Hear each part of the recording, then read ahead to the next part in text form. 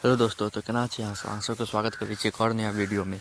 तो आइ अहाँ सबके देखाबऽ जा रहल छी माछ के अंडा के कचरी केना बनल जाइ छै। तो चलू अहाँ सबके देखाबै छी केना बनाबै छी अंडा के कचरी, माछ के अंडा के कचरी। एक बढ़िया से धो लियो अंडा के, ओइके बाद ओइमे लहसुन के पेस्ट डालि दियौ। ओइमे डालि देने छियै। ओइके बाद आप हल्दी पाउडर डालि दियौ, नमक डालि दियौ अपना अनुसार।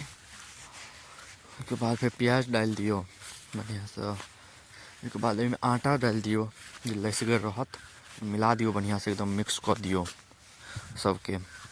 तो बढ़िआँसँ पूरा बढ़िआँसँ एकरा मिला देबऽके छै, छूटे नहि। बढ़िआँसँ मिलेलाके बाद एकरा फेर कचरी जकाँ बनाकऽ ओकर बाद तेलमे तरि देबऽके छै। चलू पहिले बढ़िआँसँ मिला लिअ, देखियौ एनाही एकदम बढ़िआँसँ मिला लेब। आ मिलेलाके बाद ओकरा तरले धऽ देबै, मतलब कचरी बनाकऽ एना तेलमे धऽ देबै, छनेतै।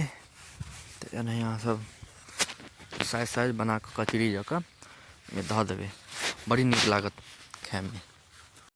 अहाँसब अगर खेने हैब तऽ जरूर बताएब जे खेने छी कि नहि माछके अंडाके कचरी।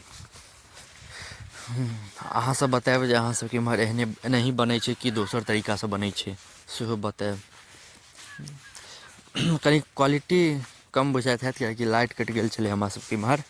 ओहि दिन लाइटे खराब भऽ गेल छलै रातिमे, तऽ आइ रातिमे बनल छै, तेँ कनिक वीडियोके क्वालिटीके इग्नोर कऽ कऽ चलब। सब देखियौ, खाली अहाँ सबके एनाही वीडियो हम पहुँचाबैत रहब, खाली अहाँसब देखैत रहिऔ आर लाइक करैत रहिऔ, सब्सक्राइबो करैत रहिऔ, शेयरो करैत रहिऔ।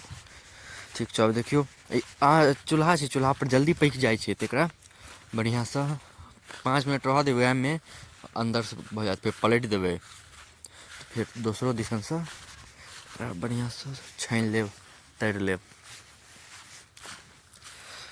बड़ नीक लागत खाइमे। ई लोक ओना छुच्छे खाइ छै, रसमे ओतेक नीक नहि लागत, लेकिन ई जेना तरै छी कचरिए नीक लागत। रसमे धऽ देबै माछके रसमे तऽ नहि नीक लागत। तऽ हम तऽ छुच्छे खेलिए, बहुते खेलिए, बड़ नीक लागत। देखियौ भऽ गेलै एहने कड़क, एकदम लाल कड़क कऽ कऽ ओकरा निकालि लेब आओर खाएब। रोटिओ साथे खा सकै छी, छुच्छेओ खा सकै छी, चटनी साथे आओर नीक लागत।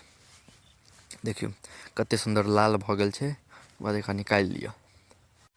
ओहिके बाद एक आओर घानी छै, देखियौ इहो दोसर घानी।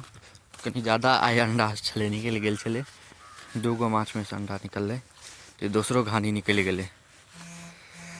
केहन लागल अहाँ सबके देखऽमे वीडियो, आ केहन लगैए अहाँ सबके वीडियोमे से बताएब जरूर। एतेक देर तक देखऽके लिए अहाँ सबके धन्यवाद। नीक लागै तऽ लाइक कमेंट शेयर सब्सक्राइब सब कऽ देब। तो मिलै छी अहाँ सबसँ अगला वीडियोमे, तब तक के लिए धन्यवाद।